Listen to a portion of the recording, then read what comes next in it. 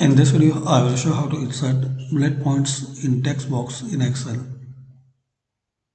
So keep your cursor anyway, then insert text, then text box.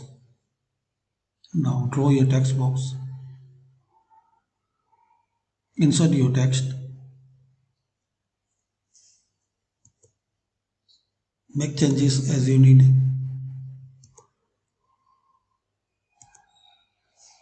Then select them, make the size. Now right click on it and bullets. So once you right click, you will see this bullets option. You can select any style like this. So this is the way to insert the bullet points in Excel. Thanks for watching.